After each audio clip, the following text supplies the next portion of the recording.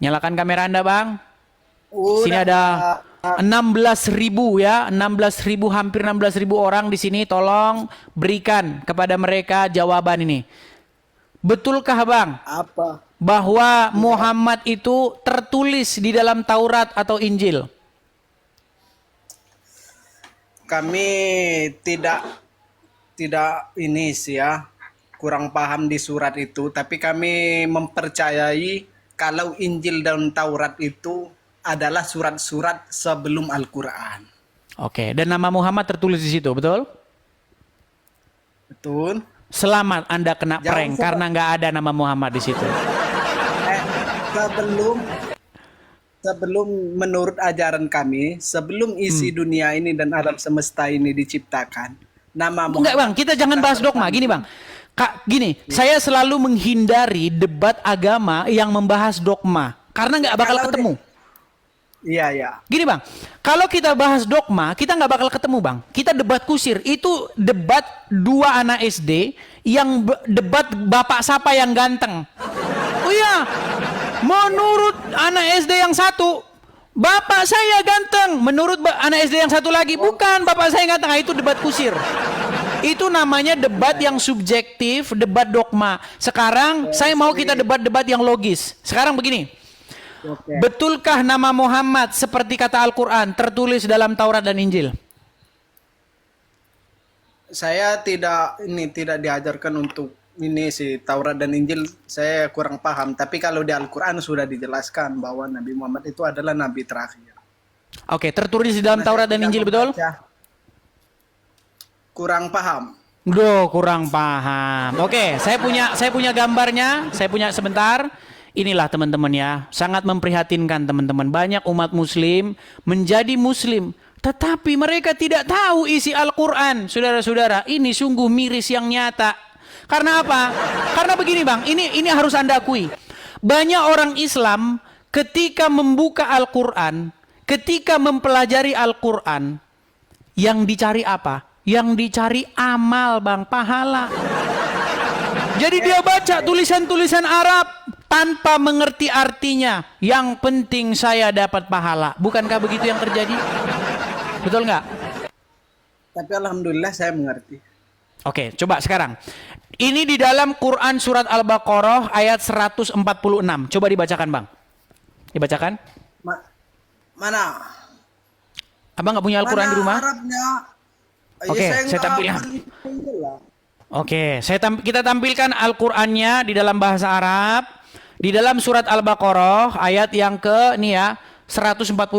Jadi menurut Al-Qur'an, Bang, yang kenal Muhammad seperti anak sendiri itu ahli kitab. Kalian malah sok kenal Muhammad. Bentar.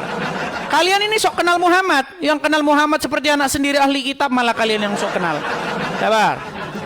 Al-Baqarah ayat yang ke 146 dan artinya. Kita tampilkan dulu, Bang, ya di layar ya, Bang, ya. Baik. Kita balikkan dulu layar saya sebentar. Saya hilangkan dulu ininya sebentar. Sabar ya, Bang, ya. Oke. Silakan, Bang. Deketin. Hmm? Allazina ataihumul kitab bayar yuri. Deketin, Bang, nggak kelihatan. Sinyal kau jelek. Dianya yang baca terbata-bata, sayanya dibilang sinyalnya yang jelek. Sinyal kau jelek. Oke, dibaca terjemahnya aja, Bang. Ayo. Orang-orang. Bacakan. Oke. Orang-orang Yahudi dan Nasrani yang telah kami beri Alkitab, Taurat dan Injil mengenal Muhammad seperti mereka mengenal anak-anaknya sendiri. Jadi yang kenal Muhammad seperti anak sendiri siapa? Siapa? Al-Quran. Berat, saudara-saudara. Menurut Al-Quran, yang mengenal Muhammad seperti anak sendiri adalah ahli kitab.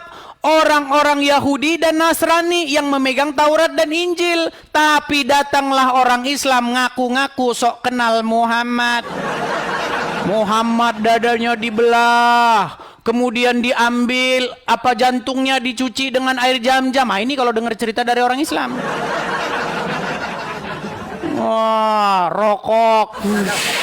Kalau di Kristen apa? Kalau Bang, dengarkan dulu ini loh, jelas-jelas nih ya. Orang-orang Yahudi dan Nasrani yang telah kami beri Alkitab, Taurat dan Injil mengenal Muhammad seperti mereka mengenal anak mereka sendiri. Dan sesungguhnya sebagian di antara mereka menyembunyikan kebenaran padahal mereka mengetahui. Jadi menurut Al-Quran yang mengenal Muhammad seperti anak sendiri orang Yahudi dan Nasrani. Sekarang malah orang Islam yang jadi sok kenal Muhammad. Nah, malah merokok dia, putus asa ini. Tanda-tanda kalau orang merokok itu tanda-tanda udah putus asa ini. Oke lah Bang ya, Anda ini melanggar pedoman komunitas ini Anda ini. Dibawa dulu. Ayo Ustadz Adi Hidayat, Ustadz Abdul Somad, yuk. Sampai kapan ya? Sampai kapan Anda tidak mau menerima jabanan ajuan diskusi dari saya? Ayo, saya mengajak kalian diskusi bukan tanpa alasan, bukan tanpa dasar, bukan cari-cari perkara, enggak. Ya, saya tidak cari-cari perkara mau diskusi sama Abdul Somad, udah Adi Hidayat, enggak. Karena Abdul Somad dan Adi Hidayat bahas-bahas Taurat dan Injil, bahas-bahas Bible di masjidnya. Maka saya sebagai orang Kristen, saya mau menanggapi. Kenapa beraninya cuman bahas-bahas di masjid? Yuk, nih Muslim, kenapa kalian sok kenal Muhammad? Padahal yang kenal Muhammad seperti anak sendiri adalah orang Yahudi dan Nasrani. Yuk, silakan. Jangan bilang, Bang, kenapa sih Bang? Kita ini kan enaknya damai-damai saja. Betul. Ya, betul. Kita itu enaknya itu damai-damai saja. Bagimu agamamu, bagiku agamaku, lakum dinukum. Ya kan? Betul. Tapi masalahnya apa? Masalahnya kelakuan ustadz-ustadz kalian. Ustadz-ustadz kalian itu kerjanya bahas-bahas Bible terus. Ustadz Adi Hidayat begitu, Abdul Somad begitu, Firanda begitu. Coba. Ya bahkan kalian, saking kalian itu bebas merajalelanya bahas-bahas Bible, bahas-bahas agama orang lain, kalian sampai bikin banner loh, banner begini. Benarkah Bible dipalsukan? Ini kerjaan siapa nih? Nih. Wow, waduh, kerjaan-kerjaan para orang-orang Islam. Maksudmu yang bikin ini bukan orang Islam?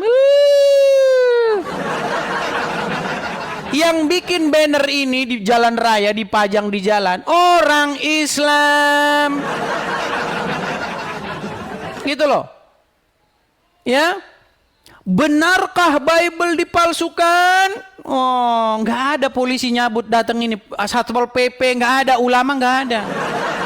Karena mereka tahu bahwa itu adalah dakwah. Makasih Bang Ferry, makasih. Itu dakwah. Tapi nggak usah inilah. Anda pilok ini, ambil pilok. Ini pilok ini yang merah ini, yang Bible ini. Ganti. Benarkah Quran dipalsukan? Heboh satu Indonesia Raya. Iya. Ini membuktikan apa? Bahwa hukum itu timpang sebelah.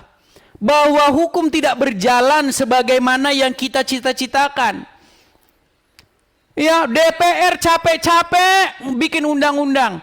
Presiden mengesahkan undang-undang dan DPR supaya apa? Supaya terjadi kesamaan hukum.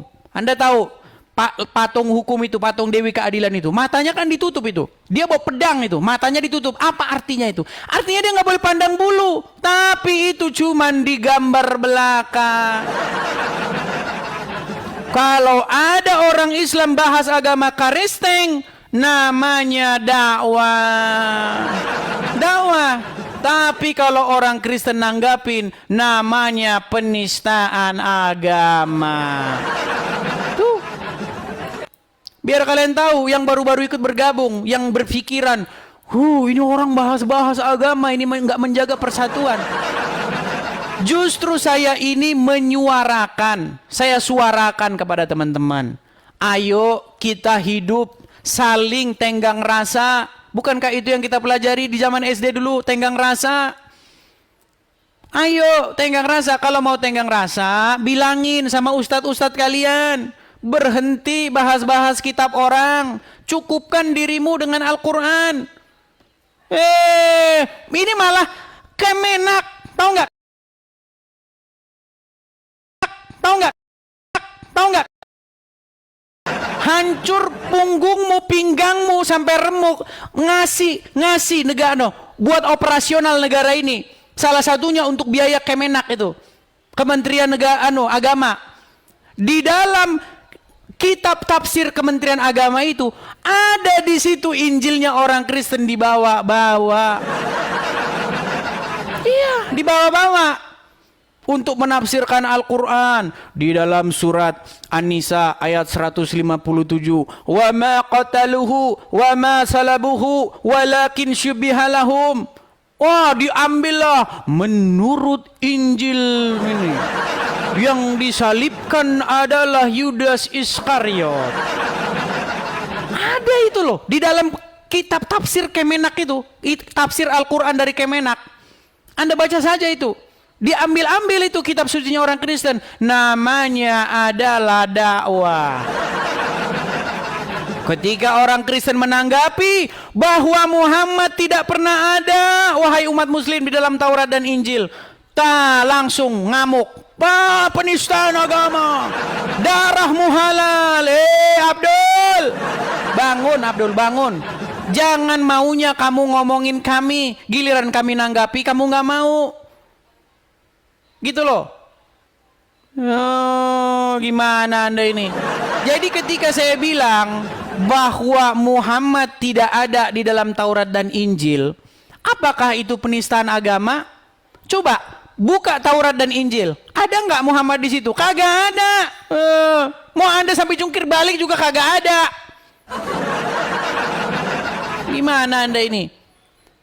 Coba, ayo. Jangan maunya kalian itu membahas agama lain, tapi ditanggapi kalian langsung marah-marah, kejang-kejang, kesetanan, kesurupan. Jangan begitu. Ya, ayo kita sama-sama nih. Ya, saling tenggang rasa, saling mengerti. Kalau Anda mau bahas agama Kristen, Anda juga harus siap agama Anda saya bahas. Kalau saya bahas agama Anda jangan marah-marah, kesetanan, kesurupan, nggak boleh begitu. Ya, yuk. Sekali lagi teman-teman ya. Kalau saya katakan nih, ini saya bikin pajang begini nih. Kami orang Kristen, kitab suci kami itu adalah apa? Kitab suci kami Injil, Taurat. Di dalamnya nggak ada Muhammad. Jadi kalau ada orang Islam bilang-bilang bahwa seperti Abdul Somad, Muhammad dinubuatkan dalam kitab Ulangan 18 ayat 18. Kalian kena prank, teman-teman. Kalian kena prank, nggak ada di situ.